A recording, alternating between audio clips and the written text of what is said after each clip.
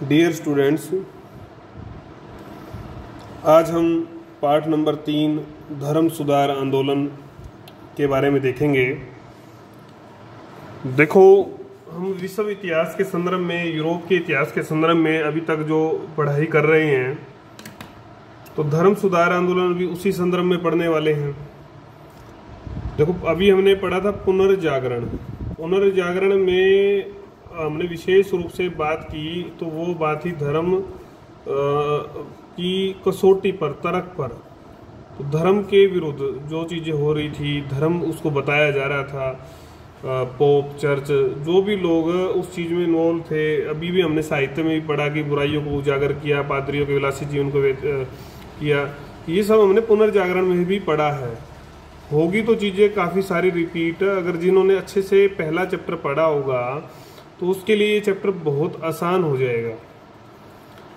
अब चर्च और पोप ही था, धर्म वहाँ का ईसाइयत थी, तो उसमें क्या ऐसी बुराइयां आई कि एक आंदोलन की जरूरत पड़ी। क्या थे वो आंदोलन, क्या सुधार किए गए, क्या उस समय का धर्म था, इन सब बातों को हम आज विस्तार से पढ़ने वाले हैं। प्रारंभिक अगर हम बात देखें तो ये विश्व की सबसे महत्वपूर्ण जो है घटनाओं में से जो है एक है धर्म सुधार आंदोलन। मार्टिन लूथर नाम के एक व्यक्ति थे, उन्होंने जर्मनी के थे। उन्होंने इस आंदोलन को जो विशेष रूप से कैथोलिक जो पोप तंत्र था, रोमन जो चर्च था, तो कैथोलिक पोप तंत्र और जो चर्च की जो व्यवस्था थी उसके विरुद्ध ये आंदोलन उन्होंने शुरू किया था। वैचारिक जो है ना विरोध से शुरू हुई थी, धीरे धीरे ये पूरे यूरोप में फैल गया, अन्य देशों में फैला। और उसकी अगर हम बात करें तो इसके व्यापक प्रभाव पड़े, एक क्षेत्र पे नहीं, सामाजिक, सांस्कृतिक, आर्थिक, सब प्रकार का जो है प्रभाव इस पे समाज पर, जो है यूरोप के समाज पर पड़ा इस आंदोलन का। अगर हम और अगर विस्तार से अगर गहराई में जाएं तो ये चर्च के विरोध की जो है परंपरा पुरानी है वहाँ पर। वैसे तो कलुएनिक नाम के एक व्यक्ति हुए, कुलुएनिक, और विक्लिफ हुए, जॉन हस हुए, और भी अन्य कई लोगों ने जो है ये आंदोलन जो है धीरे धीरे, जैसे हमने विद्रोह पढ़ते हैं ना, हमने अभी आंदोलन पढ़े थे, किसान विद्रोह हुआ, 18 स्थान क्रांति हुई। ऐसा नहीं था कि धीरे धीरे, मतलब कई विद्रोह उस समय भी हुए होंगे, तो इसी तरह से इसमें भी चीज़ें चलती रहीं। और जो बड़ा रूप जो दिया वो दिया लूथर ने। और लूथर के काम को आगे जो बढ़ाने वाले लोग थे वो थे आपके zwingli और जॉन काल्विन। इसके बाद भी इन आंदोलनों को, क्योंकि एक समय एक व्यक्ति तो एक मुकाम तक ही ले के जा सकता है, उसके बाद भी कोई ना कोई उस को आगे बढ़ाने वाला व्यक्ति चाहिए। क्रांति लाने में, आंदोलनों को क्रांति का रूप देने में जो बड़ा योगदान था वो लूथर का था, और जिसको आगे इन्होंने बढ़ाया और शुरुआत इन लोगों ने की। अब इस आंदोलन की पृष्ठभूमि क्या थी, ऐतिहासिक पृष्ठभूमि क्या थी, अर्थ क्या था। जॉन आर हिलेंस, जॉन और जो थे अपने जॉन आर हिलेंस, नेल्स, इन्होंने अपनी इनकी पुस्तक है the new dictionary of religion, dictionary of religions, इसमें इन धर्म सुधार आंदोलन का अर्थ बताया है। अर्थ क्या बताया कि 16वीं और 17वीं शताब्दी में, 16वीं और 17वीं शताब्दी में धर्म जो था, धर्म मतलब कैथोलिक ईसाई धर्म, उसमें जो धर्म शास्त्रीय जो चीज़ें थीं, उसको धर्म शास्त्रीय जो रीति रिवाज थे उस धर्म के, और जो नैतिक चीज सिद्धांत थे, उसमें सुधार के लिए जो चीज़ की गई उसको धार्मिक आंदोलन हम कह सकते हैं। उद्देश्य क्या था? उद्देश्य था बाइबल की जो मूल शिक्षा है उसको, प्रारंभिक ईसाई जो शिक्षाएं हैं, बाइबल है, उसको प्रतिष्ठित करना, उसको सर्वोच्च मानना, उसको सर्वोच्च स्थापित करना, और जो समाज है वो बुराइयों से, सांसारिक चीज़ों के प्रति जो लगाव हो गया उससे, भ्रष्टाचार से, पोप जो उगाही करते हैं उससे, पादरियों के माध्यम से धन की उगाही, अंधविश्वासों से, इन सब का विरोध करना था, इन सब से समाज को मुक्ति दिलवानी थी। ये इस आंदोलन का मूल उद्देश्य था। तो इस आंदोलन को जो है आगे बढ़ाने के लिए जरूरी था कि आप जो पुराना जो ढांचा है उसको आपको नकारना पड़ेगा, तभी कुछ नया ढांचा। तो इन्होंने नकारा, पुराने ढांचे को इन्होंने नकारा और एक नया मत दिया, उसको बोले प्रोटेस्टेंट। प्रोटेस्ट करना, विरोध करना। अगर हम और पीछे जब जाते हैं तो 15वीं शताब्दी में चर्च दो भागों में विभाजित हुआ था, ग्रीक ऑर्थोडॉक्स और रोमन कैथोलिक। तो ग्रीक जो ऑर्थोडॉक्स था वो तुर्की कुस्तुनिया में उसका जो है मुख्यालय था, लेकिन 1453 में जब वहाँ तुर्की पर अधिकार हो गया तुर्कों का, तो उस ऑर्थोडॉक्स का जो महत्व है वो कम हो गया। लेकिन रोमन कैथोलिक का, जिनका केंद्र रोम था, उसका महत्व लगातार बना रहा। तो इसी का विशेष रूप से विरोध हुआ, इसी के ऊपर जो है आगे का सारा आंदोलन चलना है, रोमन कैथोलिक के ऊपर ही। हमने इरासमस की किताब पढ़ी थी, प्रेज ऑफ फोली, आपको याद होगा, नहीं याद है तो फिर याद कर लें। ये बहुत बड़े मानवतावादी व्यक्ति थे, मूर्खता की प्रशंसा नाम इन्होंने लेख लिखा। उसमें इन्होंने उपहास उड़ाया पोपों का, ये हम पढ़ चुके हैं अगर आपको ध्यान हो। पोप को भी कहा कि आपको भी जो है जैसे ईसा मसीह बड़ा जो है साधारण, बिना भोग विलास के पवित्र जीवन जीते थे, वैसा ही जीवन आप भी जिए, ऐसा इन्होंने कहा। इसी तरह से जूलियस का निष्कासन जो लेख लिखा, जूलियस का निष्कासन लेख था ये, इसमें भी कहा कि पोप से कहा कि तुम अपने भ्रष्ट आचरण के कारण स्वर्ग में प्रवेश के योग्य नहीं हो। सेंट पीटर ने जो पोप जूलियस द्वितीय को स्वर्ग के बाहर ही रोक लिया, ऐसा इसमें लिखा गया। मतलब आचरण उनका वैसा नहीं था। हटन आपने पढ़ा था, क्रोटस, ये दो व्यक्ति थे, इन्होंने अज्ञात लोगों के पत्र लेटर ऑफ ऑब्सक्योर मैन जो है लिखा था, उसमें भी इन्होंने वही पोप का जो विलासी जीवन था उसका विरोध किया था। और चर्च में जो भाई भतीजावाद है उसके ऊपर इन्होंने कहा था कि इसको खत्म किया जाना चाहिए, पादरियों का अहंकार जो है वो खत्म होना चाहिए। और सबसे बड़ी बात क्या कही कि पोप जो है वो ईसा मसीह का शत्रु है। ये एक इन्होंने बड़ा जो है वो किया। तो ये इससे लोगों में एक जागृति आई कि भाई ये सब गलत हो रहा है, ये पादरी जो लोग हैं, पोप जो है, ये शक्तियों का दुरुपयोग कर रहे हैं। ये अपने आप को राजा से बड़ा समझने लगे थे, शक्तियों का दुरुपयोग करते थे। अगर कोई व्यक्ति अगर चर्च का विरोध करते तो उसको धर्म से निष्कासित भी कर देते थे। इतनी शक्तियां ये जो है धर्म युद्ध भी कर देते थे शासक के विरुद्ध। दी प्रिंस में जो एनएन की निरंकुशता के ऊपर सवाल उठाकर राजा की निरंकुशता की बात की गई। राजा जो है धर्म से बड़ा है, बल्कि राज्य के अंतर्गत जो है धर्म नाम की संस्था काम करती है, ऐसा दी प्रिंस में बताया गया, मैकियावेली ने बताया। तो कुल मिलाकर जो ये सारे जो क्रियाकलाप थे पोप के और चर्च के पादरियों के, इस सारे से आम जनता, जनसाधारण प्लस शासक दोनों दुखी थे, त्रस्त थे। तो इन दोनों ने मिलकर इस आंदोलन को बढ़ाने में, प्रोत्साहित करने में एक बड़ी भूमिका निभाई। अब हम बात करते हैं धर्म सुधार आंदोलन के कारण। वही पृष्ठभूमि में हमने पढ़ा कि भी अत्याचार थे, दोष थे, वही चीजें अब हम थोड़ा डिटेल में स्टडी करेंगे। तो कोई ऐसा नहीं था कि ये कारण जो है ना ये कारण से घटी हो या अकस्मात ये घटना घटी हो। ये एक लगातार जो शोषण हो रहा था, अत्याचार हो रहा था काफी समय से, उसका ये परिणाम था। और उसके पीछे केवल और केवल ये जो है धार्मिक कारण नहीं था, राजनीतिक कारण था। पोप की जो राजाओं की शक्ति चली गई थी, आर्थिक कारण था, चर्च जो है बहुत आगे बढ़ गई थी, चर्च के पास सबसे ज्यादा साधन हो गए थे। तो आम वर्ग जब आया तो दोष देखे तो उसका विरोध हुआ, और उस सारे में फिर हम पढ़ेंगे। कैथोलिक चर्च में दोष की बात करते हैं तो 14वीं और 15वीं शताब्दी जब पुनर्जागरण चल रहा था तो तर्क पर लोग चलने लगे थे, तो चर्च अपनी बुराइयों के कारण से, जो बुराइयां उजागर हुई इस काल में साहित्य के माध्यम से, अन्य अन्य माध्यमों से, उससे काफी बदनाम हो गया। पोप से लेकर जो है ना, क्या था कि पोप से लेकर जो जन साधारण बिल्कुल पादरी था, सामान्य पादरी था, वो तक भ्रष्टाचार करता था, विलासी जीवन जीता था, अनुचित जो है स्त्रियों से संबंध बनाते थे।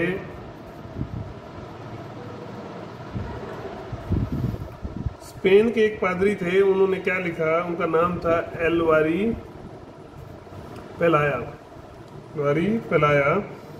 चर्च पर उन्होंने कहा, चर्च पर भेड़ियों का नियंत्रण, चर्च पर भेड़ियों का जो है नियंत्रण स्थापित हो गया है, और वो जो ईसाई जनता का जो है रक्त चूसते हैं, ईसाई जनता का रक्त चूसते हैं, ऐसा इन्होंने लिखा। पोप जो है बड़े बड़े महलों में रहता, बड़े बड़े महल, जो भी विलास के लिए जो चीज़ें होती वो सब चीज़ें उनके पास थी। खूब उनका नैतिक पतन हो चुका था। गिरजाघर जो थे वो अनाचार के, भ्रष्टाचार के जो है केंद्र बन गए थे। तो लोग सोचते तो थे कि भाई इनको जो है जैसे ईसा मसीह का जीवन था तो वैसा ये जीवन जिए, साधारण जीवन जिए, बिना विलास के रहें, अविवाहित रहें, न ही जो है संपत्ति का संग्रह करें, संपत्ति का संग्रह भी ना करें। लेकिन सब ये जो चीजें कर रहे थे ये इसके बिल्कुल उल्टा करते थे। उल्टा करने से लोगों का जो विश्वास है इनसे उठ गया और लोग चाह रहे थे कि भी इस आचरण से परेशान होकर इस धर्म में कुछ सुधार जो है वो किया जाए। अब जो दूसरा बिंदु आता है वो है पोप की निरंकुशता। अगर हम पोप की निरंकुशता के बारे में पढ़ें तो ये चर्च का जो है मुखिया था, चर्च का मुखिया था। मुखिया जब कई बार गड़बड़ होता है तो तब ज़्यादा गड़बड़ होती है। ये हमने कोई भी संस्था हो, चाहे घर हो, चाहे गांव हो, चाहे अपने देश का प्रधानमंत्री कोई भी हो, किसी भी देश का मुखिया हो, तो अगर वहाँ गड़बड़ होगी संस्था का तो फिर ज़्यादा गड़बड़ होगी। तो ये सार्वभौमिक ईसाई समाज की जो केंद्रीय सत्ता था उसका मुखिया था। इसके पास असीमित शक्तियाँ थी, असीमित शक्ति, अधिकार थे, और ये अपने आप को निरंकुश मानता था। किसी का जो है, किसी भी राजा को ये गद्दी पर बैठा सकता था और उतार सकता था, उसके आदेशों पर प्रतिबंध लगा सकता था, अपने आप को जो है ईश्वर का जो है प्रतिनिधि समझता था। तो ये जो पोप आए और तो इन लोगों ने मनमानी ढंग से ही जो है बाइबल की जब भी चाहा व्याख्या की। इस सारे से जो है कई इन्होंने अनुचित ढंग अपनाए अपनी इच्छाओं की पूर्ति के लिए। पदवियां तक इन्होंने बेचनी शुरू कर दी थी। इनमें अलेक्जेंडर छठे, जो अलेक्जेंडर छठे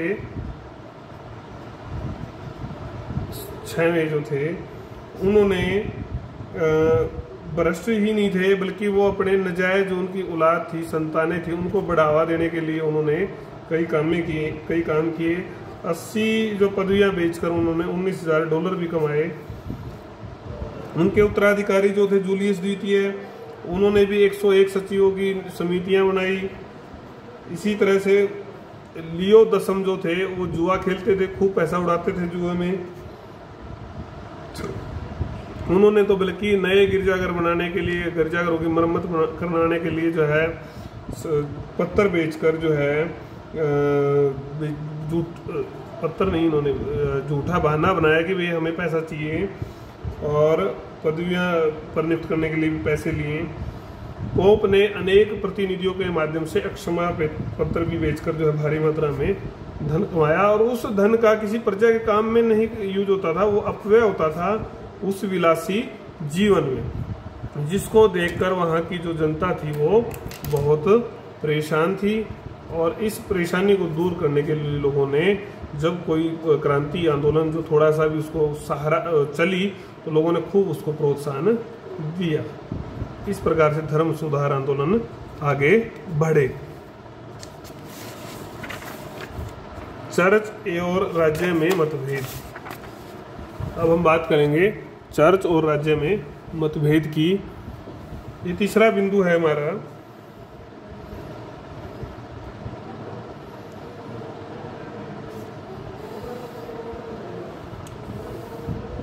चर्च जो है अपने आप को राज्य से बहुत बढ़कर मानती थी।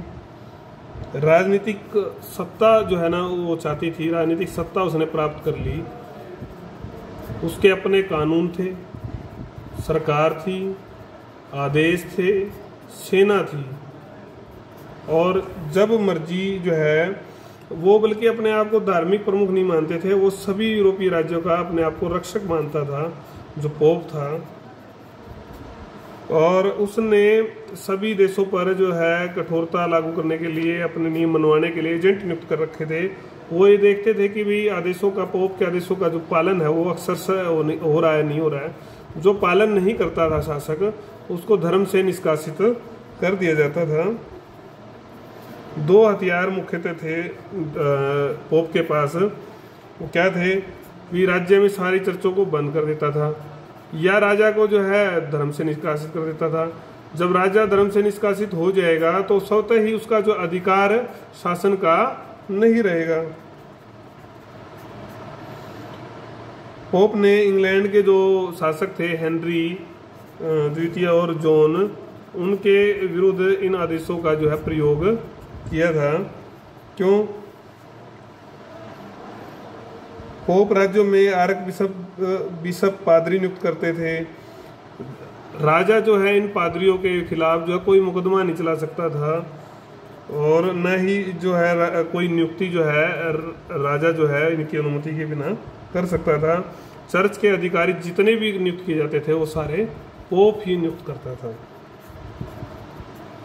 अगर हम इस बिंदु को और अगर चर्चा करें तो पोप का अगर आदेश किसी राजा ने नहीं माना तो उसके विरुद्ध धर्म युद्ध जो है उसकी घोषणा कर सकता था, उसको दंड दिया जा सकता था।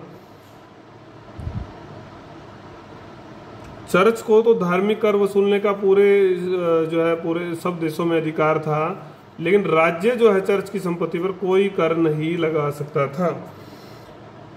जब इंग्लैंड और फ्रांस के शासकों ने ऐसा प्रयास किया तो बेनिफिस जो पोप थे, पोप बेनिफिस,